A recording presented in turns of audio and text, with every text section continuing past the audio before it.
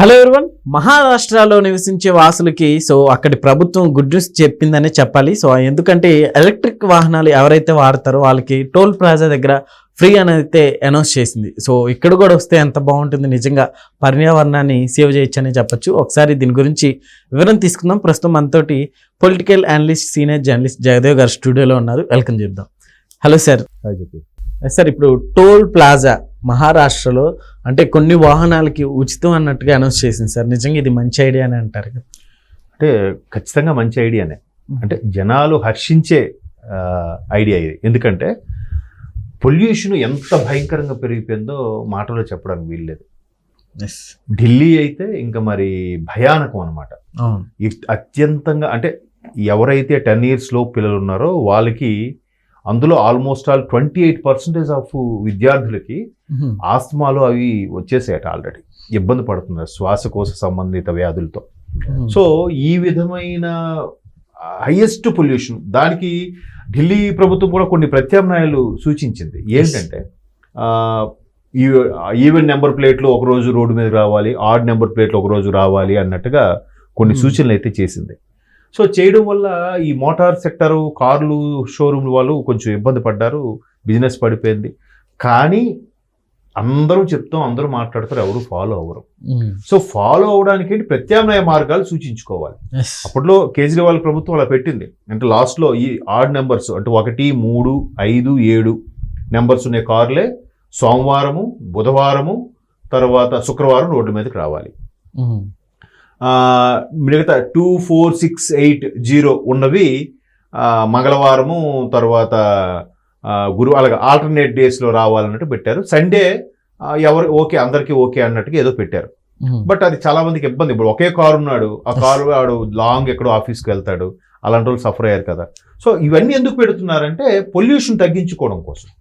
So ఈ మధ్యకాలంలో వచ్చే వెహికల్స్లో ఈవీ వెహికల్స్, మరోవైపు బ్యాటరీ వెహికల్స్, ఇవన్నీ లేదంటే సోలార్ వెహికల్స్, ఇవన్నీ రావడానికి కారణం ఏంటంటే సోలార్ ఇంకా అప్గ్రేడ్ చేస్తున్నారు బాగా. ప్రస్తుతానికైతే ఎలక్ట్రానిక్ వెహికల్స్ పొల్యూషన్ ఫ్రీ వస్తున్నాయి. దాంట్లో 2 wheelers బాగా కనిపిస్తున్నాయి ఈ మధ్యకాలంలో సిటీలో, మీరు అబ్జర్వ్ చేస్తే. ఈవెన్ హైదరాబాద్ లాంటి మహానగరాల్లో కూడా. సో దీన్ని ఎంకరేజ్మెంట్గా తీసుకెళ్లాలంటే ఖచ్చితంగా వాటికి సంబంధించి కొన్ని సవరణలు, కొన్ని సులువైన మార్గాలు, సబ్సిడీలు ఇస్తే ఖచ్చితంగా అవుతుంది. చాలా మంది కార్లు కూడా సిటీస్లో తీసుకుంటున్నారు. తీసుకున్నప్పుడు ఏం చేస్తున్నారు, బ్యాటరీ రీఛార్జ్ అయ్యేసరికి మినిమం 6 hours ఎంతో పడుతుంది. అది ప్రాబ్లం అవుతుంది. మేబీ ఓవర్ ఏ పీరియడ్ అది కూడా సాల్వ్ అవ్వచ్చు. ఎందుకంటే మొదట్లో మనకి మొబైల్, మీకు ఐడియా ఉందా, మొబైల్ రీఛార్జ్ నైట్ టైం పెడితే నైట్ పెట్టేసి ఉంచేసి వాళ్ళం, తెల్లవారికే లేదా ఎర్లీ అవర్స్కి ఎప్పుడు రీఛార్జ్ అయ్యేది, మన నెక్స్ట్ అంతా డే అంతా వాడుకునే వాళ్ళం. ఇప్పుడు అలా కాదుగా, జస్ట్ పెడితే ఒక 1/2 hour, హార్డ్లీ 20 minutes రీఛార్జ్ అయిపోతుంది. సో అలాగే కార్లు, బైకుల్లో కూడా ఆ టెక్నాలజీ అలా వచ్చేస్తే, అంత ఫాస్ట్గా బ్యాటరీ రీఛార్జ్ అయిపోయేలాగా ఆప్షన్స్ వస్తే ఖచ్చితంగా అందరూ దానికే డెడికేట్గా వెళ్తారు. కానీ సిటీ లిమిట్స్లో తిరగడానికి వరకు తీసుకుంటున్నారు. బయట ఊరు వెళ్ళడానికి అది సజెస్టబుల్ కాదు. ఎందుకంటే ఫర్ ఎగ్జాంపుల్ హైదరాబాద్ నుంచి విశాఖపట్నం వెళ్ళాలి అనుకోండి, ఆల్మోస్ట్ ఆల్ 700 kilometers, 700+ ఇక్కడ నుంచి. ఈ 750 kilometers, 800 kilometers కూడా మీకు కంటిన్యూస్గా వస్తే పర్వాలేదు. హార్డ్లీ ఎంత వస్తుంది, 300 kilometers, 400 kilometers వస్తుంది. ఆ 400 kilometers వెళ్ళిపోయిన తర్వాత మళ్ళీ అక్కడ 3 hours, అట్లీస్ట్ 3 hours అయినా రీఛార్జ్ కోసం ఆగిపోవాలి. ఎక్కడ ఆగాలి? ఎవరి దగ్గర ఇంట్లో పెడతా ఉంటాడు, ఒప్పుకోడుగా. దానికి సంబంధించిన రీఛార్జింగ్ స్టేషన్స్ కూడా పెట్టాలి. పెట్టినప్పుడు ఇది వర్కౌట్ అయ్యే అవకాశం ఉంది, బట్ టైం డిలే అవుతుంది. అదే పెట్రోల్ అనుకోండి, ఎక్కడెక్కడ పెట్రోల్ బంకులు ఉన్నాయి, వెళ్ళిపోతుంది. అందుకే ఈ మధ్యకాలంలో సిఎన్జి కమ్ పెట్రోల్ ఎక్కువగా కార్లు సేల్ అవుతున్నాయి.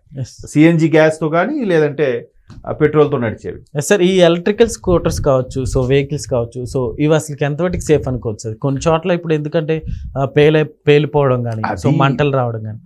ఎక్కడైనా సరే చూడండి, ఏ ప్రొడక్ట్ తీసుకున్నా, ఎంత ఇంటర్నేషనల్ స్టాండర్డ్స్ లేదా ఇంటర్నేషనల్ మార్కెట్లో సక్సెస్ఫుల్ అయిపోయిన వెహికల్ కానీ ఆ కంపెనీ కానీ తీసుకున్నా కూడా దాంట్లో ఒక 5% ప్రొడక్ట్ ఏదో ఒకటి ఇష్యూ ఉంటుంది. డ్యామేజ్ అవ్వడము, ఇట్లాంటి షార్ట్ సర్క్యూట్ అయ్యి కాలిపోవడము, బ్యాటరీ బ్యాకప్ తగ్గిపోవడము, అట్లా ఏ డివైస్ తీసుకోండి, ఫోన్లు కానీ ఎలక్ట్రానిక్ గాడ్జెట్స్ ఏది తీసుకున్నా 100కి ప్రతి 5 ఏదో ఒక చిన్న చిన్న మైనర్ రిపేర్స్తో ఉన్నవే ఉంటాయి ఆ పరికరాలు. అది బై డిఫాల్ట్ అదే. ఎందుకంటే ఎంత ఎలక్ట్రానిక్ డివైస్ అవే మ్యానుఫ్యాక్చరింగ్ ఏ టెక్నాలజీతో రోబోస్తో తయారు చేసిన డివైస్లు అయినప్పటికీ ఆ వాటికి కూడా మనిషి ఇచ్చేది లేదంటే సిస్టమ్ ఎర్రర్తో పనిచేసే కూడా కొన్ని ఉంటాయి కాబట్టి అలాంటి ప్రాబ్లమ్స్ వస్తుంటాయి. బట్ ఆ 5% చూసుకొని మనం మిగతా ముందుకెళ్ళడం మానేలేంగా. ఇప్పుడు ఫ్లైట్ యాక్సిడెంట్లు జరుగుతున్నాయండి. ఫ్లైట్ మొన్న అక్కడ బోయింగ్ కూలిపోయింది, నిన్న కూడా మొన్న ఎక్కడో మలేషియాలో కూలిపోయింది అని మాట్లాడుకుంటున్నారు. బట్ రోడ్డు ట్రాన్స్పోర్టు ట్రైన్ ట్రాన్స్పోర్ట్తో పోల్చితే ఫ్లైట్ ట్రాన్స్పోర్ట్ది చాలా తక్కువ ఫ్లైట్ యొక్క యాక్సిడెంట్స్ పర్సంటేజ్.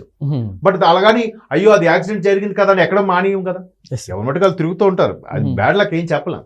సో అలాగా ఆ 5% ఎక్కడైతే మీరు చెప్పారో ప్రాబ్లమ్స్ ఉన్నాయి, రిపేర్స్ ఉన్నాయి, కొన్ని సడన్గా షార్ట్ సర్క్యూట్ అయిపోయి మంటలు అంటుకుంటున్నాయి, కొన్ని డ్యామేజ్ అయిపోయి సడన్గా ఆగిపోతున్నాయి అని కూడా మీరు చెప్తున్నారు. అది చాలా కొద్ది పర్సంటేజ్. బట్ దీని మీద ఆల్రెడీ నిష్ణాతులు వర్క్ చేస్తున్నారు కాబట్టి, రీసెంట్ R&D చేస్తున్నారు కాబట్టి అది ఓవర్ ఏ పీరియడ్ ఇంకొక రాబోయే 5 ఏళ్లలో బ్రహ్మాండమైన బ్యాటరీ బ్యాకప్ ఉన్న కార్లు కూడా మనం తీసుకుంటాం. ఆల్రెడీ చైనా వాడు BYD అని దించాడు, బిల్డ్ యువర్ డ్రీమ్స్ అని. BYD కార్లు వాడు ఆల్రెడీ చైనాలో టెస్ట్ చేశాడు. 5 నిమిషాల్లోనే రీఛార్జ్ అయిపోయే కార్లు తీసుకొస్తున్నారంట. అవి మనకి ఇంకా ఇండియాకి ఎక్స్పోర్ట్ చేయలేదు. మేబీ ఆ టెక్నాలజీ మనకు కూడా చైనా గూడ్స్ ఇక్కడ బిల్డ్ అయ్యే కూడా ఫ్యాక్టరీస్ ఉన్నాయి. బట్ అలా చెప్పాడు కానీ అది ఎంతవరకు సక్సెస్ అయ్యాడు అనేది తెలియదు. అనౌన్స్మెంట్ అయితే చేశాడు, నెక్స్ట్ ఇయర్ కల్లా మేము 5 minutesలో రీఛార్జ్ అయిపోయే కార్లు దించుతున్నామని. దానికి పోటీగా టెస్లా వాడు కూడా, ఎలాన్ మస్క్ ఎక్స్ అధినేత, ఆయన కూడా ఇటువంటి బ్యాటరీ కార్లు దించాలని కూడా ఒక ప్రపోజల్లో ఉన్నాడు. సో ప్రపంచమంతా ఈవీ వైపు చూస్తుంది. ఎందుకంటే పెట్రోల్ ఇవి రేట్లు పెరిగిపోతున్నాయి సార్. రానున్న రోజుల్లో ఇప్పుడు పెట్రోల్ వాహనాలు సో కంప్లీట్గా క్లోజ్ అయిపోతాయి అంటే మనం ఏం చెప్పుకోవచ్చు? అంటే పెట్రోల్ వాహనాలు అంటే దొరకడం కూడా కష్టం అవుతుంది కదా. ఇప్పుడు రష్యా మీదో లేదా అరబ్ కంట్రీస్ మీదో వాళ్ళ మీద డిపెండ్ అయ్యి మనం పెట్రోల్ దిగుమతి చేసుకొని అది ఇప్పుడు ఈ రోజు డాలర్ మారక విలువ ఎంత ఉందని ఈరోజు హైదరాబాదులో అయితే 107 రూపాయలు ఎంతో కడుతున్నాం. ఒకప్పుడు 70 రూపాయలు 80 రూపాయలు దాటితే పెట్రోల్ ధరలు తగ్గించాలి అని చెప్పి ప్రతిపక్షాలు గోల చేసేవారు. బట్ ఈరోజు 100 దాటేసి కూడా ఆల్మోస్ట్ 4-5 ఏళ్ళు అయిపోతుంది. సో ఎవడు పట్టించుకునే దీంట్లో లేడు. మరి అది పెరుగుతుంది విలువ. సో కొన్నాళ్ళకి భూమిలో ఉండే నిక్షిప్తాలు కూడా అయిపోయాయి అనుకోండి, అప్పుడు ఏం చేస్తారు ఇంకా?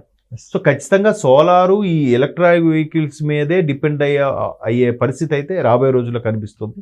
అందుకు ఇట్లాంటి వాటివి ఎంకరేజ్ చేయాలి. ఖచ్చితంగా వస్తే ఇంకెవడి మీద డిపెండ్ అవ్వకుండా మనంగానే చేసుకునే ఆప్షన్ ఉంటుంది. కాబట్టి ఖచ్చితంగా మహారాష్ట్ర లాంటి ప్రభుత్వాలు ప్రతి దగ్గర కూడా పెడితే, ఇప్పుడు చూడండి మహారాష్ట్ర వాడు పరిధిలో ఉండే అన్ని టోల్స్ కూడా ఫ్రీ అని అనౌన్స్ చేసేసి కదా. సో ఏ బ్యాటరీ కార్ అయినా 2 వీలర్స్కి ఎలాగూ లేదు, 4 వీలర్ ఇంకా హెవీ వెహికల్స్లో కూడా బ్యాటరీ రాలేదు, వస్తున్నా కానీ పెద్ద కార్లకు కూడా ఫ్రీ ఇచ్చేసాడంటే హ్యాపీయే కదా. ఓ బ్యాటరీ కారు మనం తీసుకోవడం బెటరు, హ్యాపీగా ఉంటుంది. పొల్యూషన్ కూడా ఉండదు, పొల్యూషన్ ఫ్రీ, సౌండ్ పొల్యూషన్ ఉండదు, CO కార్బన్ మోనాక్సైడ్ రిలీజ్ చేయదు, హ్యాపీయే కదా. రిపేర్స్ కూడా చాలా తక్కువ అంటున్నారు రాబోయే రోజుల్లో.